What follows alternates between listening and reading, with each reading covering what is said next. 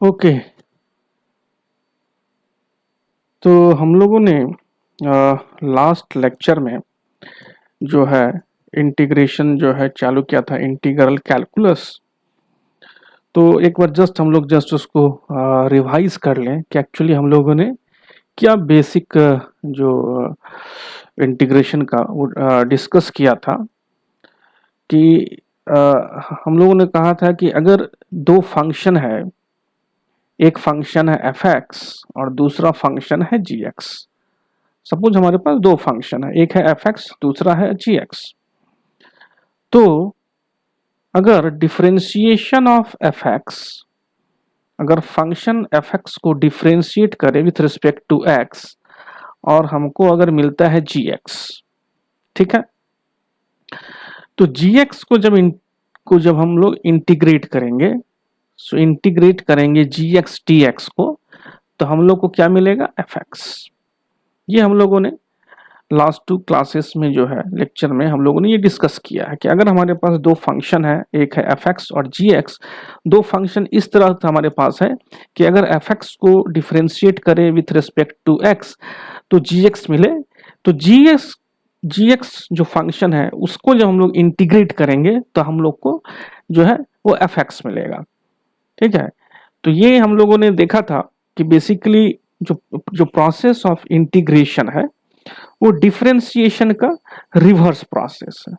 तो इस प्रॉपर्टी के बेसिस पर हम लोग बोल सकते हैं कि integration is a reverse process of differentiation, और इंटीग्रेशन को हम लोग एंटी डिफरेंशिएशन भी बोलते हैं। इसके अलावा हम लोगों ने जो स्टैंडर्ड फंक्शंस है, बहुत सारे जो स्टैंडर्ड फंक्शंस जो लास्ट 2 लेक्चर में हम लोगों ने देखा था, उस स्टैंडर्ड फंक्शंस का हम लोगों ने जो है इंटीग्रल कैलकुलेट किया था बेस्ड ऑन दिस डिफिनीशन। तो स्टैंडर्ड जो फंक्शंस है, काफी सारा स्टैंडर्ड फंक्शंस वो हम लोग ऑलरेडी डिस्कस कर चुके हैं, स्टैंडर्ड फंक्शन। और एक जो इम्पॉर्टेंट फॉर्मूला हम लोगों ने देखा था कि integral of x to the power n d x जो होगा, क्या होगा, x to the power n plus one by n plus one plus constant C is integral constant है। इसके अलावा हम लोगों ने जो है लास्ट 2 लेक्चर्स में देखा था कि अगर किसी भी फंक्शन का इंटीग्रल हम लोग को निकालने के लिए बोला जाए कि सपोज कोई फंक्शन है एफ एक्स, इसका इंटीग्रल निकालो। किसी गिवन फंक्शन एफ एक्स का अगर बोला जाए कि इंटीग्रल निकालो, तो हम लोगों ने जो मेथड डिस्कस किया था उसका नाम था method of inspection. Method of inspection, इस मेथड में हम लोगों ने क्या किया था, जो इंटीग्रेशन का जो बेसिक डिफिनीशन है उसका यूज किया था। इसका मतलब हुआ कि अगर किसी फंक्शन का इंटीग्रल निकालने के लिए हम लोगों को बोला जाए तो हम लोग क्या करते थे, उस फंक्शन का खोज करते थे, उस फंक्शन को फाइंड करते थे जिसका डिफरेंशिएशन एफ एक्स, ठीक है। अगर इसको एक एग्जांपल के तौर पर देखें, अगर cos x है, अगर इसका हमको बोला जाए कि find the integral of cos x, तो हम लोग क्या करते थे, उस फंक्शन का खोज करते थे जिसका डिफरेंशिएशन cos x है। तो हम लोगों को पता है कि वो जो फंक्शन है जिसका डिफरेंशिएशन cos x होता है वो है sin x। तो sin x वो फंक्शन है जिसको अगर डिफरेंशिएट करें तो क्या मिलता है, cos x, ठीक है। तो इस डिफिनीशन के बेसिस पे जिसको हम लोग मेथड ऑफ इंस्पेक्शन करते हैं, तो इंटीग्रल ऑफ cos x क्या हो जाएगा, sin x। सो इसको हम लोग बोलते हैं मेथड ऑफ इंस्पेक्शन।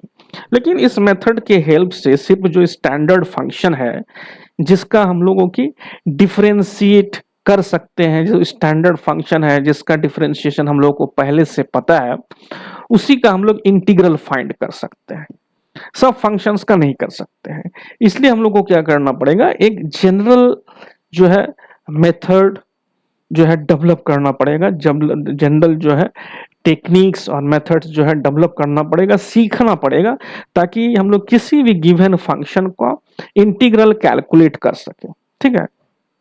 तो आज के लेक्चर में हम लोग देखेंगे कि जो ये मेथड ऑफ इंस्पेक्शन है, जो कि स्टैंडर्ड मेथड है इंटीग्रल फाइंड करने का for standard function, simple functions.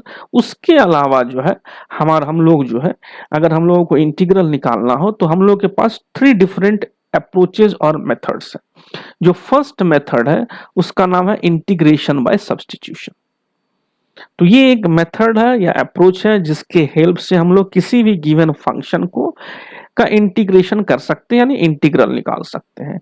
दूसरा क्या मेथड है? दूसरा मेथड है इंटीग्रेशन यूजिंग पार्शियल फ्रैक्शंस, ये सेकेंड मेथड है। और तीसरा जो मेथड है वो है इंटीग्रेशन बाय पार्ट्स।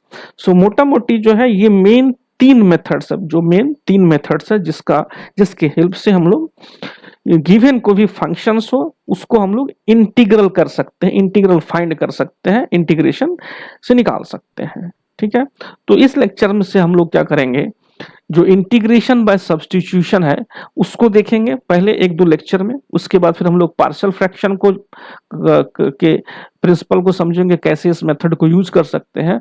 और फाइनली हम लोग जो है इंटीग्रेशन बाय पार्ट्स के हेल्प से कैसे इंटीग्रेशन कर सकते हैं उसको देखेंगे। तो ये हम लोग को यहाँ पर ये चीज इंपॉर्टेंट चीज है जो याद रखने की जरूरत है। वो क्या है कि जो हमारे पास जो बेसिक जो मेथड है इंटीग्रल फाइंड करने का वो है method of inspection. Method of inspection में हम लोग क्या करते हैं, जो भी गिवन फंक्शन है जिसका इंटीग्रल निकालना है उसका इंटीग्रल कैसे निकालते हैं, तो हम लोग वो फंक्शन फाइंड करते हैं जिसका जो है डिफरेंशिएशन जो है वो गिवन इंटीग्रांड हम लोगों ने लास्ट क्लास में देखा था। ये जो जीएक्स है यहाँ पे इसको हम लोग इंटीग्रांड भी बोलते हैं, इंटीग्रांड। ठीक है, और ये जो x है ये हो गया वेरिएबल ऑफ इंटीग्रेशन, मतलब हम लोग ये इंटीग्रेशन जो कर रहे हैं वो कर रहे हैं x वेरिएबल के रेस्पेक्ट में। जिस तरह से हम लोग यहाँ डिफरेंशिएशन करते हैं dy dx किसके रेस्पेक्ट में, जो x जो वेरिएबल है उसके रेस्पेक्ट में, उसी तरह से जो इंटीग्रेशन कर रहे हैं उसमें जो वेरिएबल है वो है x। तो ये जो स्टैंडर्ड मेथड है मेथड ऑफ इंस्पेक्शन, उसके अलावा मोस्ट वाइडली यूज और मोस्ट जो प्रोमिनेंट 3 अदर मेथड्स है, वो 3 अदर मेथड्स कौन कौन सा हो गया, integration by substitution, integration using the partial fraction और इंटीग्रेशन बाय पार्ट्स। तो ईच मेथड को हम लोग एक एक करके पढ़ेंगे। तो सबसे पहले हम लोग जो है इंटीग्रेशन बाय जो सब्स्टिट्यूशन मेथड है उसका यूज करके देखेंगे कि कैसे इंटीग्रल फाइंड कर सकते हैं।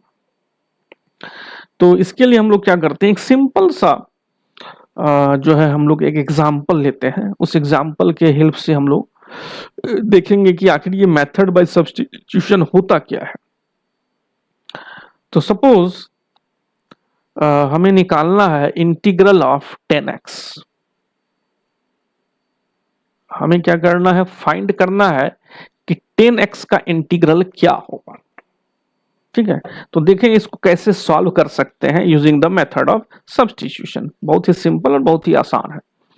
तो हम लोग क्या करेंगे, 10x को हम लोग लिख सकते हैं sin x by cos x। ये हम लोगों को ऑलरेडी ट्रिग्नोमेट्री से पता है कि 10x क्या होता है, sin x by cos x। ठीक है, अच्छा उसके अलावा अगर हमको पहले से हम लोग को डिफरेंशियल कैलकुलस से पता है, डिफरेंशियल कैलकुलस से जो cos x है उसका जो डिफरेंशिएशन होता है वो होता है माइनस sin x। ये हम लोग को पता है, ये चीज पता है फ्रॉम डिफरेंशियल कैलकुलस। जो cos x है उसको अगर डिफरेंशिएट करेंगे तो sin x मिलता है। तो मेथड ऑफ सब्स्टिट्यूशन में अगर किसी भी प्रॉब्लम में ऐसा दिख रहा है कि किसी एक फंक्शन को डिफरेंशिएट करने से जो है दूसरा फंक्शन मिल रहा है, तो उस केस में हम लोग क्या कर सकते हैं कि ये cos x को हम लोग एक नया वेरिएबल जो है एज्यूम कर लेते हैं, लेट्स से t।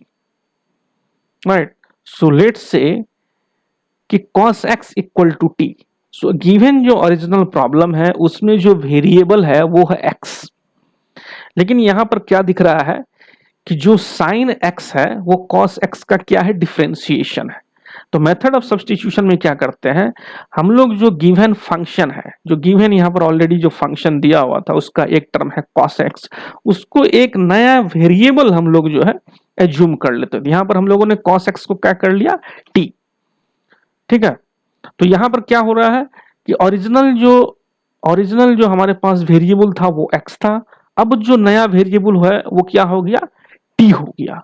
ठीक है, तो इसको हम लोग यहां लिख सकते हैं इंटीग्रेशन cos x की जगह हम लोग क्या लिखेंगे, t, और ओरिजिनल यहां पर क्या है, dx और sin x, ये हमारे पास अभी बचा हुआ है।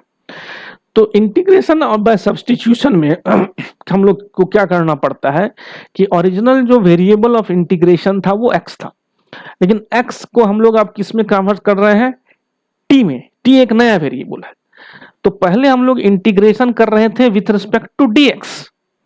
ठीक है, लेकिन जैसे ही हम लोग नया वेरिएबल हम लोगों ने लिया, तो अब हम लोग इसको x के रेस्पेक्ट में इंटीग्रेट नहीं कर सकते। हम लोगों ने क्या किया, एक नया वेरिएबल इंट्रोड्यूस किया t, तो अब हम लोगों को जो इंटीग्रेट करना पड़ेगा वो t के रिस्पेक्ट में करना पड़ेगा। क्लियर है, ओरिजिनल जो वेरिएबल था जिसके रिस्पेक्ट में हम लोग इंटीग्रेट कर रहे थे वो था x, और हम लोगों ने क्या किया, cos x को t ले लिया। t एक नया वेरिएबल है, तो इसलिए अब जो इंटीग्रेशन होगा वो विथ रिस्पेक्ट टू नया वेरिएबल होगा, यानी dt होगा।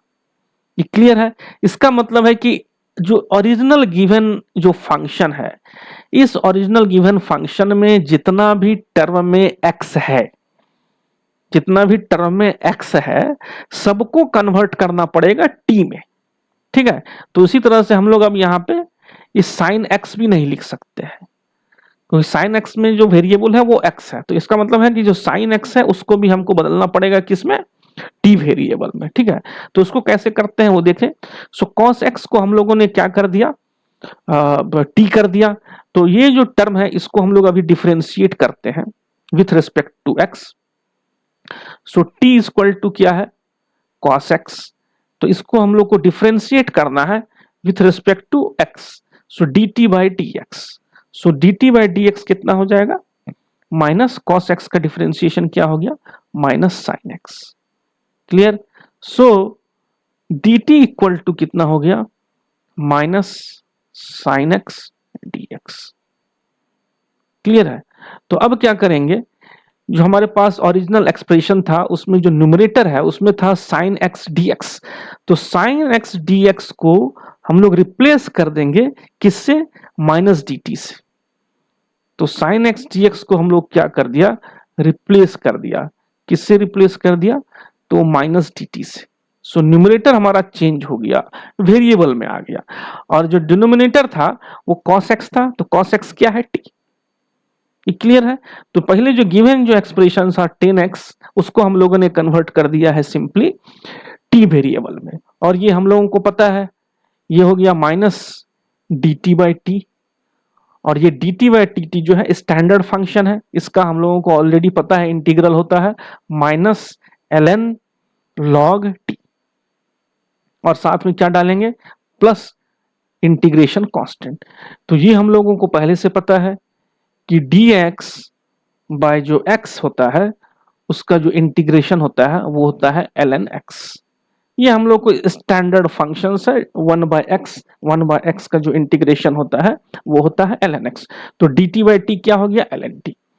अच्छा, अब क्या करेंगे, लास्ट में फिर से जो t वेरिएबल है उसको रिप्लेस कर देंगे ओरिजिनल वेरिएबल से, तो यहां हो जाएगा minus ln mode of t क्या था, cos x, तो ये हो गया cos x प्लस c। ये है हमारा ln, तो ये हमारा आंसर हो गया minus ln mode cos x plus constant. तो ये एक मेथड है सब्स्टिट्यूशन का, तो फिर हम लोग इसको रिपीट करते हैं। सब्स्टिट्यूशन में हम लोगों ने क्या किया, अगर देखते हैं कि हमारे फंक्शन में अगर न्यूमरेटर है डिनोमिनेटर है, इस तरह से अगर डिनोमिनेटर को डिफरेंशिएट करने से न्यूमरेटर मिल रहा है, तो हम लोग जो है डिनोमिनेटर को एक नया वेरिएबल एज्यूम कर लेते हैं। ठीक है। उसके बाद ओरिजिनल फंक्शन में जो वेरिएबल था x, उसको रिप्लेस कर देते हैं नया वेरिएबल विथ t से। तो वही हम लोगों ने यहाँ किया। तो इसमें क्या हुआ कि 10x का तो डायरेक्ट इंटीग्रेशन हम लोग नहीं निकाल पा रहे थे, लेकिन मेथड ऑफ सब्स्टिट्यूशन के हेल्प से हम लोगों ने क्या किया, जो गिवन जो फंक्शन था उसको कन्वर्ट कर दिया, रिड्यूस कर दिया किसमें, स्टैंडर्ड फंक्शन में है। 1/t जो है वो स्टैंडर्ड फंक्शन है, क्योंकि उसको उसका जो है इंटीग्रल हमको पहले से पता है। तो ये हमारा ये सॉल्यूशन हो गया। तो ये जस्ट एक एग्जांपल है एक्सप्लेन करने का कि कैसे जो है इस मेथड का यूज कर सकते हैं। एक दूसरा एग्जांपल लेते हैं, दूसरा सिमिलर टाइप का एक एग्जांपल लेते हैं ताकि और चीजें जो है क्लियर हो जाए। सपोज दूसरा एग्जांपल है, find the integral of cot x। Find the integral of cot x। cot x का क्या होगा, ठीक है। तो जिस तरह से पिछले प्रॉब्लम में हमने किया था उसी तरह से cot x को क्या लिख सकते हैं हम लोग, cos x by sin x, cos x by sin x dx। और यहां पे क्या देख रहे हैं, जो sin x है उसको जब डिफरेंशिएट करेंगे तो क्या मिलेगा, cos x। इसलिए हम लोग यहां क्या कर सकते हैं, sin x को एक नया वेरिएबल एज्यूम कर सकते हैं। तो sin x जो है नया वेरिएबल क्या हो गया, लेट्स से t।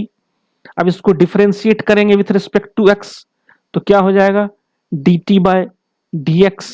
और sin x का डिफरेंशिएशन क्या हो जाएगा, cos x। तो dt क्या हो जाएगा हमारे पास, cos x dx। क्लियर है। तो अब क्या करेंगे, यहाँ पे जो न्यूमरेटर में जो cos x dx है उसको रिप्लेस कर देंगे dt से, और जो sin x है उसको रिप्लेस कर दिए t से, और ये हमारा स्टैंडर्ड फंक्शन है। तो ये हो गया ln mod t plus integration constant. और फाइनली क्या करेंगे, इस जो वेरिएबल, जो नया वेरिएबल है उसको हम लोग रिप्लेस कर देंगे ओरिजिनल वेरिएबल से। तो ये हो जाएगा ln mod sin x plus c। तो ये हमारा जो है आंसर हो गया। तो बहुत ही सिंपल है।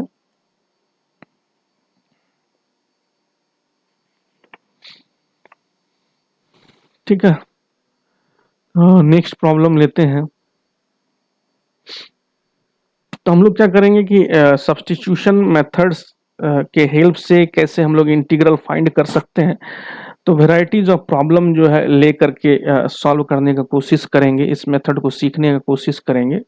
सो तीसरा जो है, find the integral of sign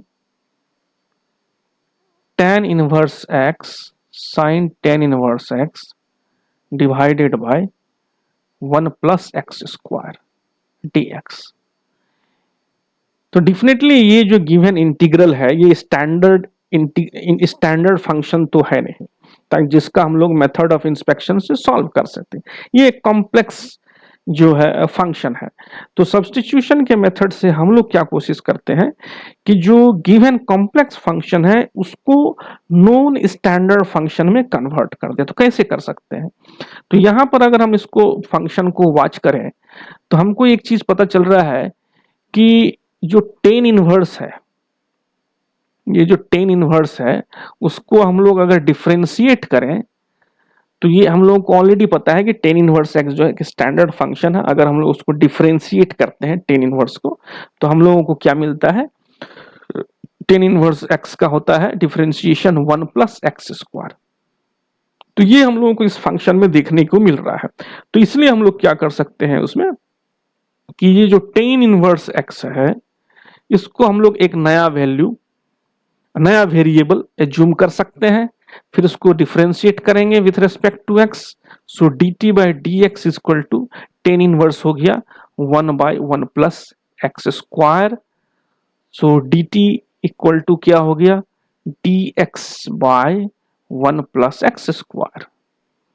तो मेथड ऑफ सब्स्टिट्यूशन में सबसे इंपॉर्टेंट क्या है कि हम लोगों को फंक्शन को वॉच करना है जो गिवन फंक्शन है, और उसमें फाइंड करना पड़ेगा कि किस वेरिएबल को, किस फंक्शन को हम लोग जो है नया वेरिएबल में एज्यूम कर ले, किसी भी फंक्शन को रैंडमली नहीं कर सकते, है ना।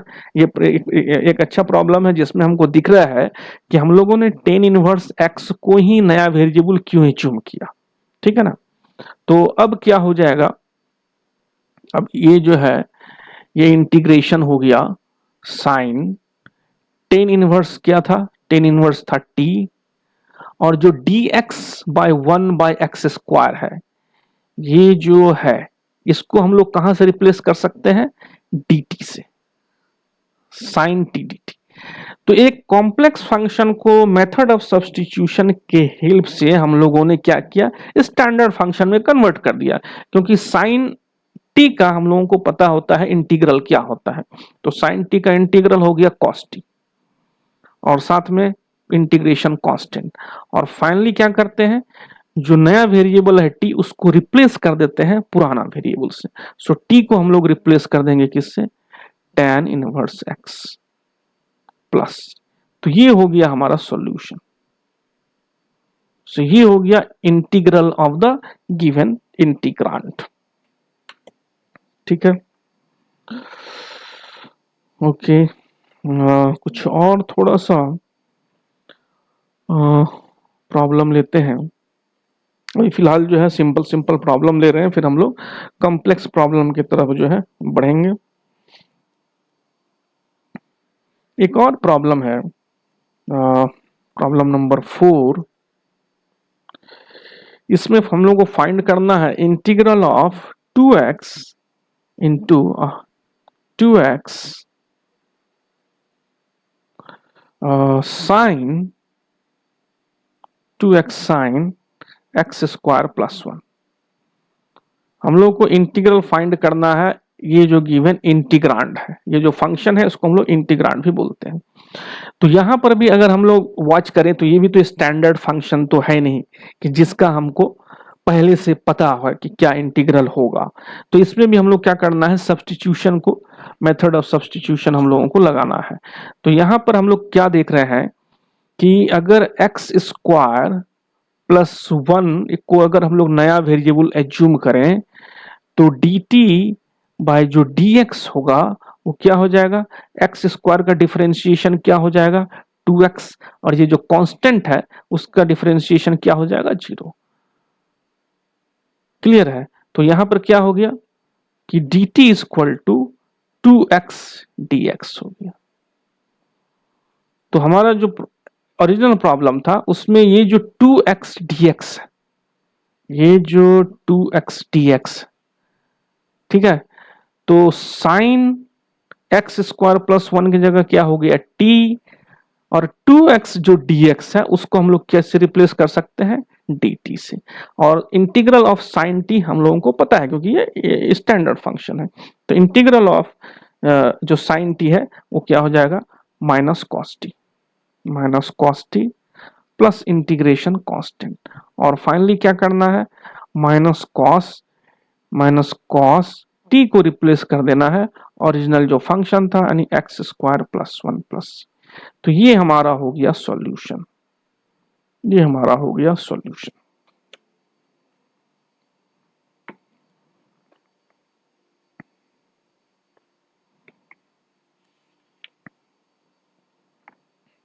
थोड़ा सा जो है हम लोग थोड़ा सा जो है कॉम्प्लेक्स जो है प्रॉब्लम को सॉल्व करने की कोशिश करेंगे। तो ये सब कुछ एग्जांपल्स है मेथड ऑफ सब्स्टिट्यूशन को एक्सप्लेन करने का। तो मेथड ऑफ सब्स्टिट्यूशन में एक चीज दिख रहा है कि अगर गिवन फंक्शन कॉम्प्लेक्स है और हम लोग फाइंड कर सकें कि किस वेरिएबल को नया वेरिएबल में हम लोग कन्वर्ट कर सकें, ताकि जो गिवन जो ओरिजिनल जो फंक्शन जो कॉम्प्लेक्स था वो अल्टीमेटली किस में कॉम्प्लेक्स कन्वर्ट हो गया, सिंपल स्टैंडर्ड फंक्शन में। तो ये हमारा यही अप्रोच होता है इसमें। तो एक नया प्रॉब्लम लेते हैं, इसमें कुछ प्रॉब्लम्स हम लोग सॉल्व करेंगे। सपोज हमको फाइंड करना है integral of cos square x, ठीक है।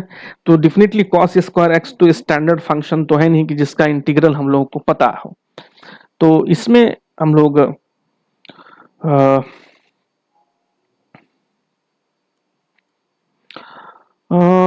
इसमें तो मेथड ऑफ सब्स्टिट्यूशन का यूज होगा नहीं। ओके, इसको फिलहाल छोड़ते हैं क्योंकि इसमें मेथड ऑफ सब्स्टिट्यूशन तो लगेगा नहीं। हम्म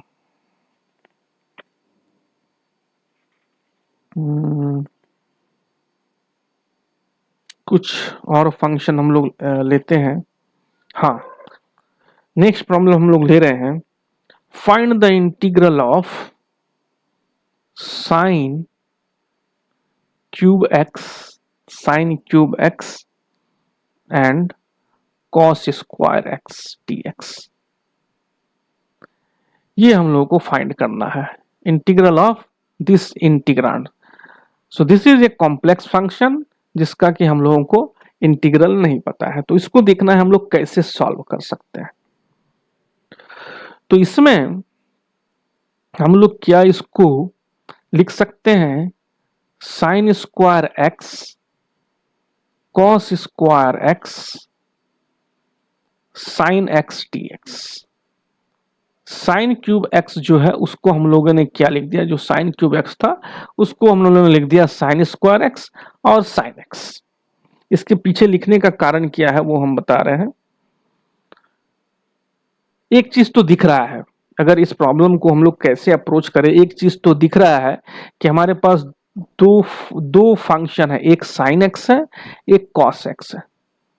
ठीक है, तो साइन एक्स को अगर डिफरेंशिएट करेंगे तो कॉस एक्स मिलेगा और कॉस एक्स को डिफरेंशिएट करेंगे तो साइन एक्स मिलेगा। मतलब यहाँ इस प्रॉब्लम में दिखने को मिल रहा है कि हम लोग इस फंक्शन को इस तरीके से जो है सिंप्लीफाई करें ताकि आइदर या तो हम साइन एक्स को एक नया वेरिएबल एज्यूम कर लें या कॉस एक्स को नया वेरिएबल एज्यूम कर सकते हैं।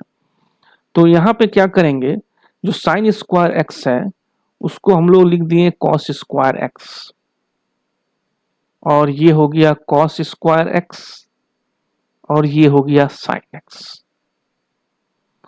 तो हम लोगों ने जैसे पहले बताया कि इसको इस तरह से लिखने का पर्पस यही है कि दोनों में से किसी को एक नया वेरिएबल दे। तो ये जो हमारे पास सिंप्लीफाइड एक्सप्रेशन आया, इसको देख के एक ही चीज लग रहा है कि यहाँ कॉस है, यहाँ कॉस स्क्वायर एक्स है, कॉस स्क्वायर एक्स है। अगर कॉस एक्स को हम लोग नया वेरिएबल एज्यूम कर लें कि cos x is let's say T, ठीक है, तो dt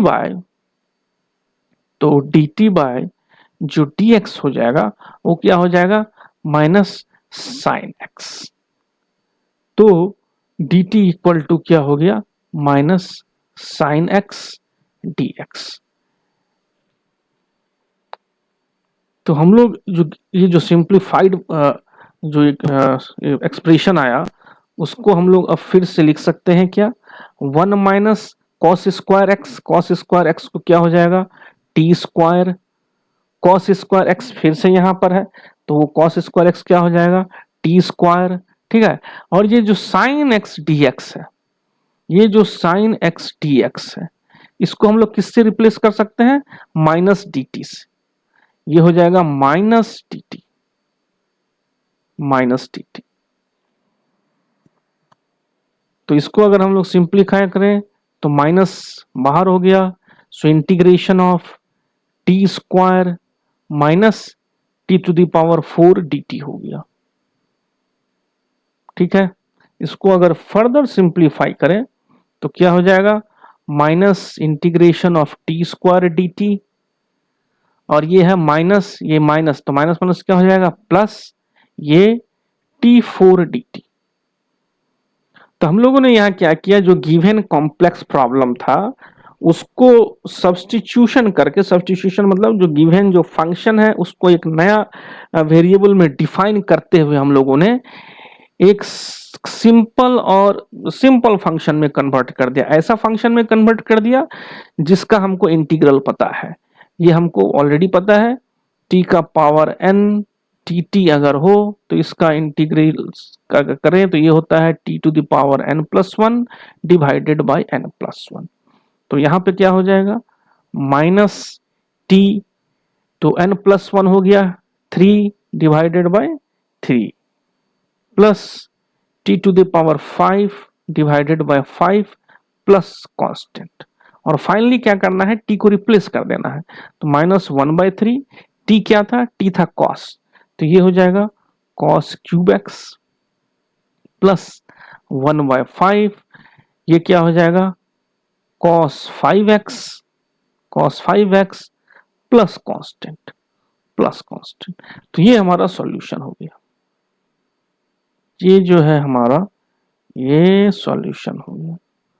तो मेथड ऑफ सब्स्टिट्यूशन हम लोग अभी तक जो प्रॉब्लम सॉल्व किए हैं तो क्लियरली दिख रहा है कि बहुत ही अच्छा मेथड है, टेक्निक है, जिसके हेल्प से हम लोग जो काफ़ी जो कॉम्प्लेक्स फंक्शन है जिसका इंटीग्रल ऑलरेडी नोन नहीं है उसको हम लोग थोड़ा रीअरेंज करें या फाइंड करें इस तरह से कि कौन सा ऐसा फंक्शन है जिसको नया वेरिएबल में हम लोग अगर कन्वर्ट करें ताकि प्रॉब्लम पूरा का पूरा सिंप्लीफाई होकर सॉल्व हो जाए। कुछ और प्रॉब्लम हम लोग लेते हैं मेथड ऑफ सब्स्टिट्यूशन से, थोड़ा सा और कॉम्प्लेक्स प्रॉब्लम लेते हैं। अब हमें क्या करना है, इंटीग्रल फाइंड करना है किसका, तो sin x divided bye sin x plus a dx। तो ये गिवन फंक्शन है, अगेन जो एक स्टैंडर्ड फंक्शन तो है नहीं कि जिसका हम लोगों को इंटीग्रल पता हो, ये कॉम्प्लेक्स फंक्शन है, तो इसको हम लोगों को मेथड ऑफ सब्स्टिट्यूशन की हेल्प से करना है। तो यहाँ क्लियरली अगर फंक्शन को हम लोग देखें तो एक चीज हम लोग कर सकते हैं कि ये जो डिनोमिनेटर में जो साइन के साथ जो है x प्लस ए, उसको अगर एक नया वेरिएबल हम लोग एज्यूम कर लें तो शायद ये सिंप्लीफाई हो सकता है। तो लेट्स से कि x प्लस ए को हम लोगों ने t कर दिया। a क्या है, a कांस्टेंट है, x जो है वेरिएबल है लेकिन a क्या है, कांस्टेंट है। तो इसको अगर डिफरेंशिएट करें विथ रिस्पेक्ट टू x तो dt by dx equal to क्या हो जाएगा, x का डिफरेंशिएशन हो जाएगा 1 और जो एक कांस्टेंट है उसका हो जाएगा 0, सो ये हो गया 1, सो ये क्या हो गया dt इक्वल टू dx।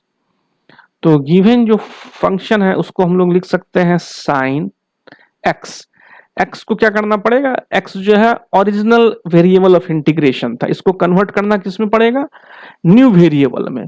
तो x को यहां से क्या हम लोग लिख सकते हैं, x equal to T minus A लिख सकते हैं, तो ये हो जाएगा t माइनस ए।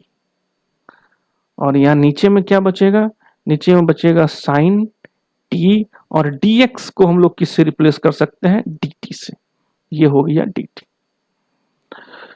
तो इसको हम लोग फर्दर सिंप्लीफाई कर सकते हैं। ये क्या है, ये हम लोगों को ऑलरेडी पता है, ये क्या है साइन x माइनस वाई, ये फॉर्मूला हम लोगों को ऑलरेडी पता है। साइन x माइनस वाई कितना होता है, साइन x ये कितना होता है, sine x cos y minus sine x minus y क्या होगा sine x cos y minus cos x and sine y। ये हम लोग को जो है ट्रिग्नोमेट्री से ऑलरेडी ये चीज पता है, तो इसको हम लोग x और y के नहीं लिख करके t और a ही लिखें, तो ये हो गया साइन t माइनस a। तो साइन t माइनस a को ये एक्स वाई हम लोग हटा ही दें तो ये क्या हो जाएगा, साइन t माइनस a है तो क्या हो जाएगा sine t cos a cos t और साइन a। तो ये हम लोग को relation sine t a minus a sine t cos a minus cos t sine a already से पता है। तो न्यूमरेटर में हम लोग क्या करेंगे, रिप्लेस कर देंगे साइन t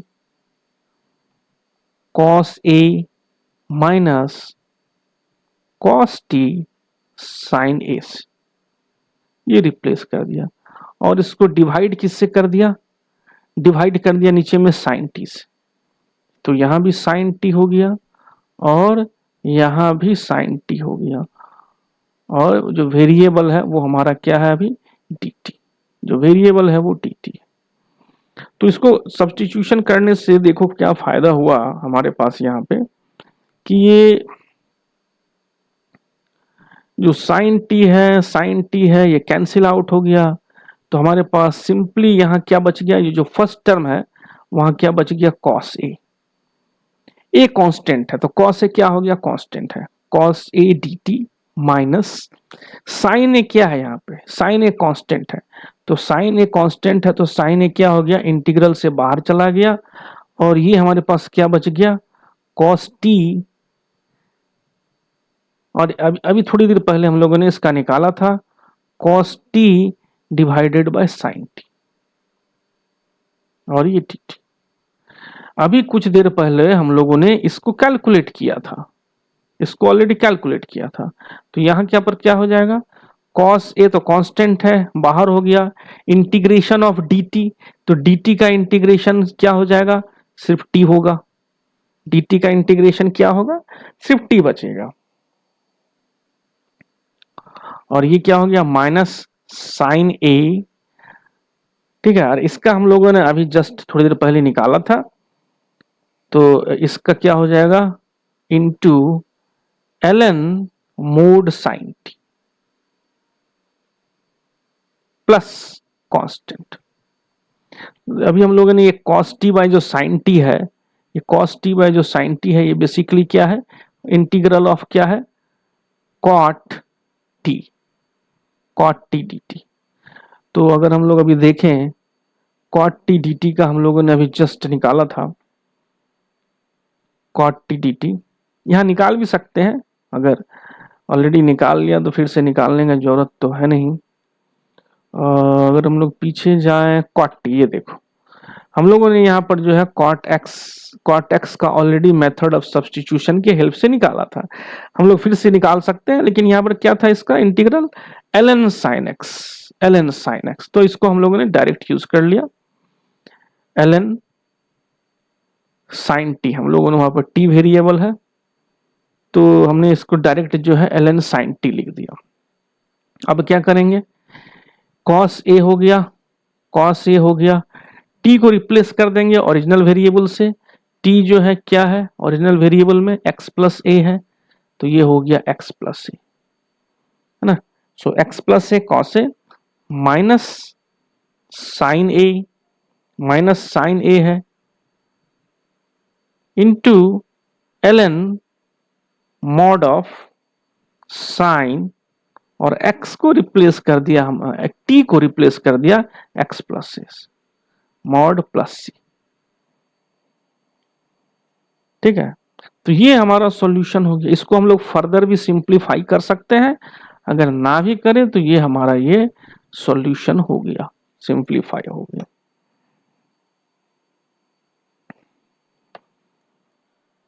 ओके,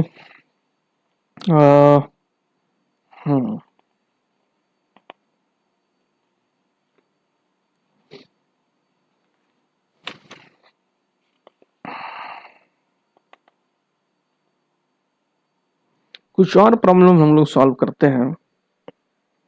कुछ प्रॉब्लम है जिसमें ट्रिग्नोमेट्री का यूज है, कुछ प्रॉब्लम है जिसमें जो है हम लोग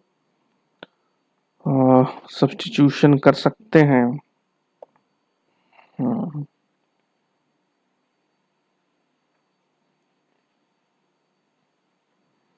ओके, तो फिलहाल आज इतना ही रखते हैं, नेक्स्ट लेक्चर में फिर हम लोग इसको कंटिन्यू करेंगे और देखेंगे कुछ और फंक्शंस को कैसे कर सकते हैं।